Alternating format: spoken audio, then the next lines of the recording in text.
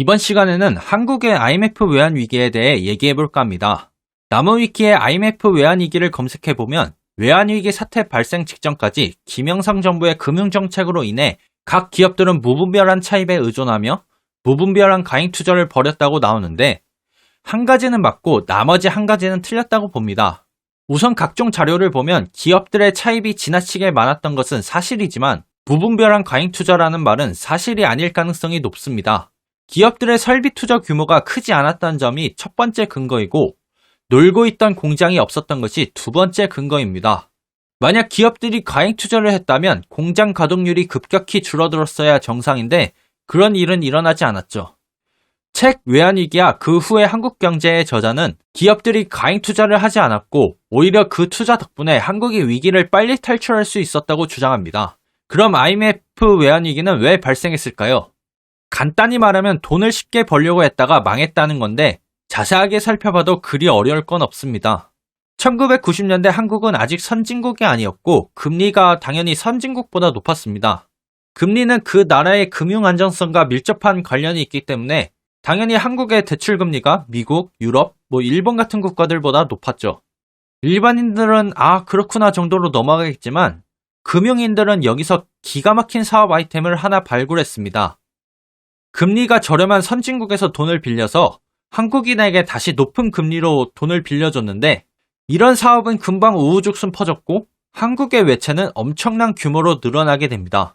인재, 노동력, 아이디어, 기술 같은 게 없어도 막대한 돈을 버니까 어찌 보면 이건 당연한 일이었죠. 경제를 좀 아시는 분들은 왜 김영삼 정부가 이걸 막지 않았냐고 반문할 수 있는데 김영삼 정부는 이런 금융행위를 규제하는 게 OECD 가입과 세계화에 방해가 될 수 있다고 봤습니다. 그리고 당장의 통화량 증가로 인해 단기적 경제성장에 도움이 됐던 것도 사실이고요. 어쨌든 외국에서 돈을 빌려와서 높은 금리로 대대출하는 행위가 지속됐는데 여기에는 두 가지 큰 문제가 존재했습니다.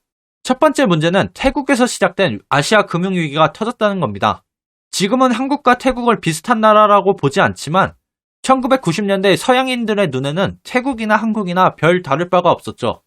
다시 말해 태국, 인도네시아, 홍콩 등등이 무너졌으니까 한국도 무너지는 게 당연해라는 생각이 외국 투자자들의 뇌를 지배했다는 겁니다. 낮은 금리로 한국에 대출해줬던 서양 은행들이 대출 연장을 거부했는데 이 과정에서 두 번째 문제가 본격적인 영향력을 행사합니다.